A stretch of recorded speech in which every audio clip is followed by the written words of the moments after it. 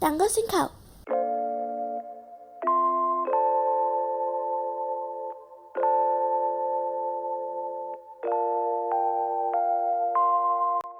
大家好，我係 Rebecca， 一個10年拍攝經驗嘅攝影師。前排有幾個朋友 inbox 問我，影人像嘅話用35mm定係50mm好？的確呢兩個距離影人像真係最適合，因為呢個距離唔會太誇張，壓縮感亦都唔會太重，影人像嘅話會係最自然。35mm 屬於小廣角，適合唔同嘅題材拍攝，彈性亦都非常之大，所以通常啲人會覺得35mm係進可攻退可守嘅一支鏡。50mm 又稱為標準鏡，因為佢嘅視覺最接近人眼嘅55度，即係所見即所得，眼見到嘅嘢同影出嚟嘅嘢差唔多。喺呢條片入邊，我會用 full frame 相機喺同一個位置用呢兩支鏡影翻差唔多嘅 pose， 去比較一下佢哋影出嚟嘅效果有啲咩分別。今次有 Annabelle 同埋 Anson 嚟同我哋一齊影街拍，我哋即刻開始啦。喺呢個位置 35mm 比較歪，就算喺街、行人路呢啲咁窄嘅環境，都可以將人物同埋大部分嘅嘢影晒入去。而且因為 35mm 屬於輕微嘅廣角鏡，佢嘅鏡頭邊位會有拉長變形，影全身同埋長腿都可以好輕鬆咁樣影到，同埋會覺得成張相嘅畫面好有衝擊感。咁 50mm 喺呢度相對個景深會虛化啲，但個畫面就會好平穩，冇乜張力，失色少少啦。但係睇 close up 方面 50mm 變形比較少，影出嚟好自然，散景亦都好虛。35mm 喺呢一方面反而有啲難控制，太 close up 嗰陣時會令到面型比例唔啱。而呢個樓梯位仲窄過啱先嘅行人路，35明顯係比較啱用，同埋可以捕捉到多啲嘅背景細節，又可以影到樓梯嘅延伸感。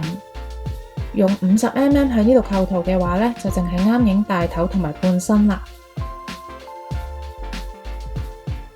喺呢個位置我會中意 50mm 嘅畫面多啲，雖然35喺呢一度有多啲嘅空間去構圖，但係用50喺呢一度冇咁多嘢入到鏡，反而望落會更加乾淨同埋舒服。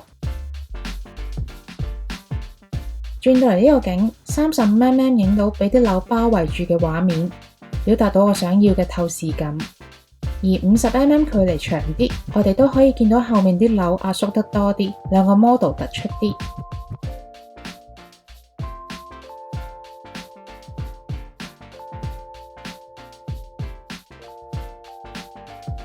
最後呢個位其實我主要想影埋後邊嗰幾個路牌。35同埋50發揮得同樣咁精彩。35可以好輕鬆咁樣就影到全身，而用50嘅話就要行遠多少少啦，又或者直接用佢嚟影半身。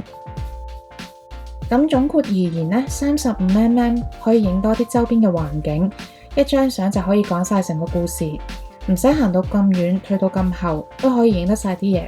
去旅行、影風景，又或者要影啲連人帶景嘅嘢，係一個好選擇。另外 50mm 適合影大頭同埋半身，因為呢個焦距令到畫面好乾淨，你需要喺影之前就要諗好擺啲乜嘢入去張相入面，唔可以咩都放晒入去。而且呢支鏡背景虛化做得好好， model 唔會俾其他嘢搶晒 focus， 鏡頭嘅邊緣亦都唔會太畸形，要影自然嘅靚女相係冇難度。其實唔一定話要用死邊一支鏡，我平時自己嘅拍攝會為咗應付唔同嘅環境，視乎情況呢兩支鏡會輪流咁樣用。